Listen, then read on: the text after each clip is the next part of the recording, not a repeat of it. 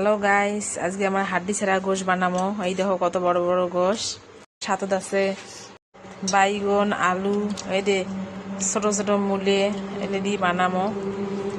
আমরা এমন করি হাড্ডি ছাড়া গোশ কোনোদিন খাইছেন? যদি খান নাই মোর ভিডিওটা দেই থাকেন, স্কিপ করেন না। এমন স্বাদের রেসিপি বানান তোমরা দেখলে দেই থাকবেন। এমন স্বাদের রেসিপি যদি দেখতে চান বেশি বেশি করে ফলো করেন। যে প্রথমে তসলা পিস দিলুম, তেল দিলুম, এলা এদিক বলবা লাগতো হাড্ডি ছাড়া গোশগুলি দিবে লাগতো। এই গোশের সেই টেস্ট দিবে লাগতো, লবণ দিবে লাগতো, হলুদ দিবে লাগতো।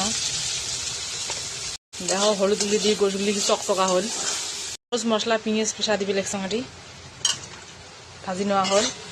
এলে দিলুম, দিয়ে এলা অল্প কষান করে নিম, দিলে পানি দিয়ে নিম, এলে কষান করে নিম। কষান করে নেওয়ার পর আলু বেগুনগুলো ঢালি দিম। এদিন এলে হয়ে গেল, এলা এলে সবজিগুলো দিম, এলে সবজিগুলো দিবে লাগছো। সবজিগুলো এলা বলবা লাগছো, বলে দেন তোমরা কেন সবজি বানান কমেন্ট করে জানান।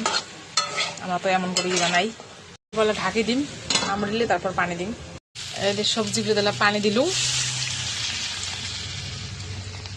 সবজিগুলো এলা এটি দিলুম, কারণ মোর গ্যাস ফুরি গেল, ওই জন্য গ্যাসের থেকে নামাই এটি দিলুম। সবজিগুলো ঢাকি দেন, ঢাকি দিলে ভালো হয়, ওই জন্য ঢাকি দিলুম। তোমরা যদি না ঢাকতে চান তাও হবে। সবজিগুলি অন্ধ করে দেখেন কি রেজাল্ট দেয় সবজি, দেখি তো টের পাওয়া যায় সেই স্বাদ হবে। এত স্বাদ কে সবজিগুলো, সেই স্বাদ তোমরা না খাইলে কবার পাবার নন কেমন স্বাদ হয়েছে। যদি খাবার চান আমার বাড়ি এসেন, হাড্ডি ছাড়া গোশ। মোর সবজি হল কমপ্লিট, মোর বেটা খাবার দিছ। দেখো মোর বেটা কি রেজাল্ট দেয় সবজিটির। এই মোর বেটা খাবার লাগছে, ভাত ঠান্ডা লাগছে বলে ওই জন্য ল্যাবগাত দিছে, ল্যাবগাত দিয়ে খাবার লাগছে। আমার কেমন লাগছে রে সবজিটা? তোমার আমার বাড়ি আসছে, তোমরা তো দূরত, ওই জন্য তোমরা খাবার পান না। আমার ভালো লাগলে